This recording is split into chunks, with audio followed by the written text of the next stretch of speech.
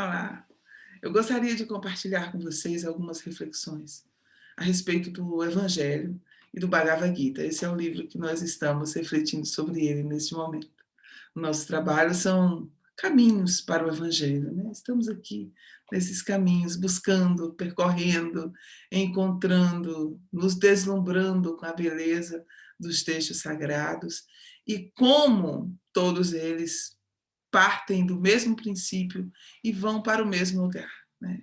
Partem sempre dessa ideia de que há um ser supremo, um algo muito maior que nós não podemos apreender, e ao mesmo tempo como nós encontramos, como nós o encontramos dentro de nós mesmos.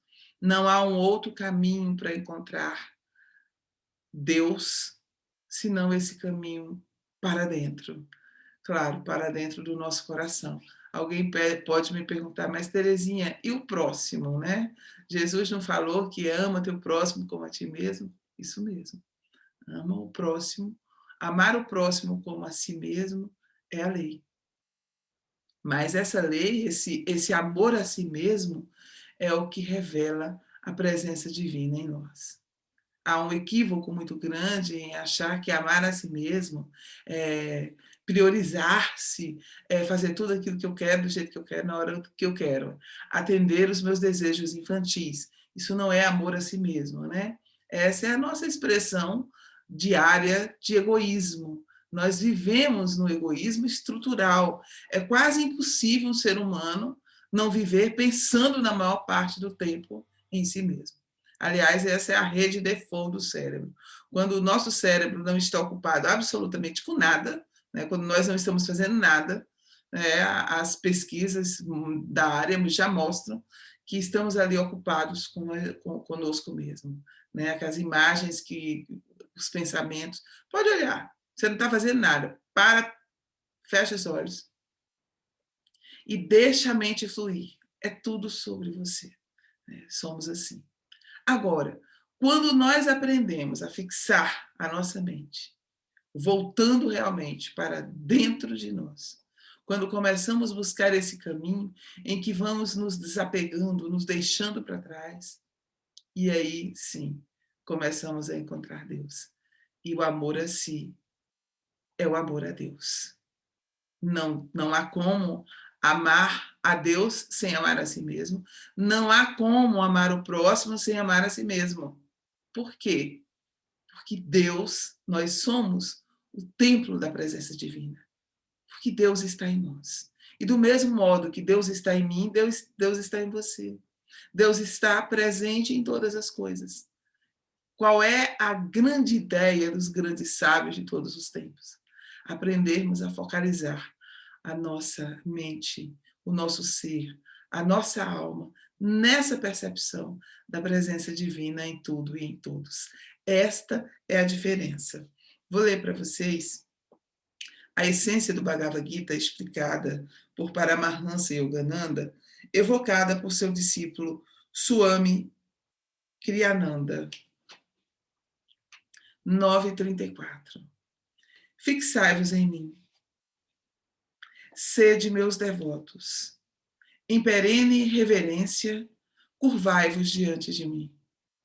Então, tornados um comigo e sabendo-me vosso objetivo maior, sereis para sempre verdadeiramente meus. Esse foco, esse olhar para dentro. E a gente começa a pensar, é uma tentação, né? Eu gostaria tanto de fazer yoga todos os dias. Existem vários tipos de yoga, o Bhagavad Gita é a essência da yoga, mas a yoga significa exatamente isso, união. As formas que nós temos de buscar essa união entre Deus e nós. É perceber que não há essa distância, na verdade, né? A gente ainda olha para cima quando fala de Deus, mas nós estamos aprendendo que não há um Deus lá fora. Deus está. Né? Estão ouvindo um passarinho cantando? Pois é um anúncio da presença de Deus na natureza. Humberto Roden, numa tradução que eu também considero magistral, Ele diz: focaliza a tua mente em mim. Centraliza em mim a tua vontade. Reconhece-me como a meta final de toda a tua atividade, como a suprema beatitude da tua vida. E assim, integrando-me em mim, o teu íntimo eu, encontrarás paz em meu ser. Essa paz que é dada pela presença divina. E aí a gente começa a pensar, né? Então eu preciso voltar para dentro de mim, pensar em Deus. Como é que Jesus fazia isso? Que estou com a tradução do Novo Testamento da Sociedade Bíblica do Brasil. É uma tradução grego-português. É a nova versão do Novo Testamento e o Novo Testamento também traduzido por João Ferreira de Almeida. E aqui na fonte, aqui no grego, é bem interessante quando você lê, porque aqui tem a parte literal, né? E tem as duas partes, que são as traduções. Nós vamos encontrar no capítulo 6 de Marcos, versículo 30, o momento da multiplicação dos pães. Ele diz aqui: e reúnem-se os apóstolos junto a Jesus, e anunciaram a ele tudo quanto fizeram, quanto ensinaram. E Jesus diz a eles: vinde vós mesmos para um lugar deserto e descansai. Descansai um pouco. Eram, pois, muitos os que iam e vinham, e nem tempo para comer tinham, e partiram em um barco para um lugar deserto, com o objetivo de ficarem a sós. Mais uma vez aqui, nós vemos a necessidade desse recolhimento, dessa busca de um lugar à parte. Aqui, os discípulos de Jesus estão na azáfama diária, são os afazeres, é tudo aquilo que nós temos, né, o tempo inteiro, que nós somos solicitados. Aliás, a nossa mente cada vez mais está sendo bombardeada por tantas e tantas coisas. São as notícias difíceis, são as necessidades do dia a dia. Nós gostaríamos tanto de dedicar um pouco mais de tempo às coisas espirituais, no entanto, a vida nos chama constantemente. Os afazeres que nós temos constantemente estão ali, nos lembrando de que temos compromissos, que temos obrigações, e o estresse vai arrebentando com a nossa saúde, né? E não temos tempo. Essa é a queixa. Falta tempo para tudo. Ainda ontem, uma amiga me dizia, a filha dela, 11 horas da noite, ainda está fazendo deveres de casa. A menina tem menos de 10 anos de idade. E a gente... Por quê? Porque essa é a vida. Esse é o corre-corre da vida. E o que a gente faz nessa hora? O convite de Jesus aqui aos discípulos cansados, correndo de um lado para outro, porque eram muitas pessoas que eles precisavam atender. Qual é o convite de Jesus? Vem para um lugar à parte, um lugar deserto. Precisamos repousar a nossa mente. Precisamos repousar a nossa alma. Precisamos parar um pouco o barco da nossa vida para que nós possamos ali, recolhidos, focalizarmos a nossa mente em Deus. Do mesmo jeito, gente, que o cérebro, que o nosso pé adoece, o cérebro também adoece. O que é o cérebro, né? O cérebro é o órgão de expressão da nossa mente. O cérebro é o corpo, o nosso corpo é o violão. O cérebro são as cordas do meu violão. Eu preciso cuidar bem delas. Às vezes nós somos tão pressionados, tão angustiados, estamos tão desesperados, que pouco a pouco, o que vai acontecer? O nosso cérebro vai se moldando a isso. A nossa tendência, qual é a tendência dele? É reagir, é ser condicionado mesmo. É assim, toda hora a Terezinha está irritada, nervosa, angustiada, desesperada, então, por favor, já vem. Ele já se prepara para isso. Acabou. Nós vamos nos moldando o nosso corpo de acordo com as nossas experiências. Nós vamos esculpindo em nosso corpo a nossa história, Ah, meu Deus do céu, hoje estou com 60 anos de idade e meus problemas de saúde estão começando a aparecer. Resultado.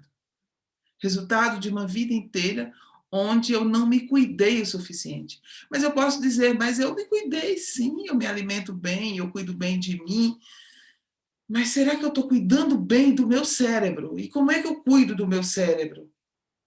Naturalmente, observando a minha mente. Como está a minha mente? Como estão os meus pensamentos?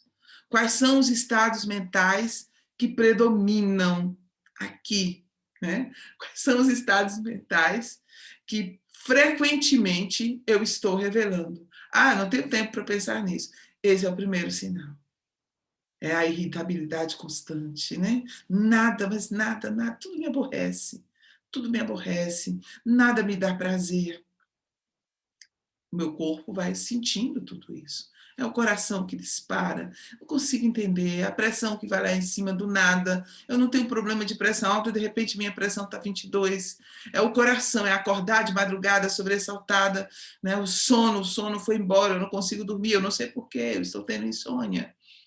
Tudo isso já são efeitos de toda uma angústia que nós vamos carregando o tempo inteiro. E, claro, o nosso cérebro vai adoecendo. Daqui a pouco ele vai precisar também de ajuda medicamentosa, de um floral, de uma homeopatia, de um antidepressivo, de um regulador de humor, para que ele possa cumprir bem as suas funções. Mas tudo isso já é o resultado no corpo dessa angústia mental. Aí a gente começa a pensar em Krishna, quando ele diz Arjuna, né? Focaliza a tua mente em mim. Ou seja, aqui a gente começa a pensar qual é o centro da minha vida. É Jesus olhando para os discípulos cansados, cheios de trabalho, e diz assim, vai para um lugar ermo, para um lugar deserto, para um lugar à parte. Ou seja, às vezes nós não temos, né, um lugar à parte para ir. Você está ali no meio do ruge-ruge do seu trabalho, você está ali no meio de tantos afazeres, num trânsito violento. Ainda assim, é possível construir este lugar aqui dentro, esse lugar de paz. E é simples. É só me lembrar quem eu sou. Na Mindfulness, nós temos uma meditação do coração. Você põe as duas mãos aqui sobre o peito, fecha os olhos, respira profundamente, relaxa por 5 minutos e começa a desenvolver o sentimento de autocompaixão. Você respira, percebe aquilo que você está sentindo, percebe como o seu corpo está reagindo, percebe os lugares de tensão e você vai apenas respirando. O que acontece quando eu respiro? Ninguém vive sem respirar, né? Meu Deus do céu. Hoje nós estamos vendo o valor da respiração, tanto pelo estresse como pela necessidade de irmãos nossos que estão precisando de oxigênio no mundo todo. E nós temos aqui a nossa disposição e a nossa respiração nós não valorizamos. A respiração é esse lugar de conexão entre o corpo e a mente. Quando nós respiramos profundamente, calmamente, tranquilamente, o nosso cérebro vai se acalmando. Quando nós fazemos um eletroencefalograma, e eu participei de uma experiência dessa natureza, fazemos ali naquele momento o eletroencefalograma, as ondas cerebrais, elas vão ali se acalmando, né? Elas vão mudando à medida que nós vamos respirando com tranquilidade, vamos mergulhando em nós mesmos. Aí o cérebro relaxa, descansa. Então, é hora de pensarmos que eu, nesse mundo caótico, posso fazer? Criar um mundo de paz dentro de mim. Eu gostaria de concluir o nosso estudo hoje com uma lição de Emmanuel. O Evangelho por Emmanuel, né, que o nosso querido Saulo tem um trabalho maravilhoso, ele, nesse momento, ele tem um trabalho extraordinário na internet, no Instagram, e ele traz aqui, ele coloca no livro Caminho, Verdade, do livro Caminho, Verdade e Vida, ele nos traz essa lição de Marcos, de Emmanuel, que vai dizer: e saíram no barco para um lugar ermo em particular. O título é Na Meditação. Tuas mãos permanecem extenuadas por fazer e desfazer. Teus olhos, naturalmente, estão cheios de angústia, recolhida nas perturbações ambientes. Dói-te os pés nas recapitulações dolorosas. Teus sentimentos vão e vêm com impulsos tumultuários, influenciados por 1000 pessoas diversas. Tens o coração atormentado. É natural. Nossa mente sofre sede de paz, como a terra seca tem necessidade de água fria. Venha a um lugar à parte, no país de ti mesmo, a fim de repousar um pouco. Esquece as fronteiras sociais, os controles domésticos, as incompreensões dos parentes, os assuntos difíceis, os problemas inquietantes, as ideias inferiores. Retira-te dos lugares comuns que ainda te prendes. Concentra-te por alguns minutos em companhia do Cristo, no barco dos teus pensamentos mais puros, sobre o mar das preocupações cotidianas. Ele te lavará a mente eivada de aflições, balsamizará tuas úlceras, dar-te-á salutares alvitres, basta que te cales, e a sua voz falará no sublime silêncio.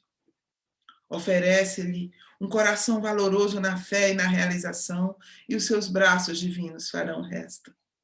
Regressarás, então, aos círculos da luta, revigorado, forte e feliz.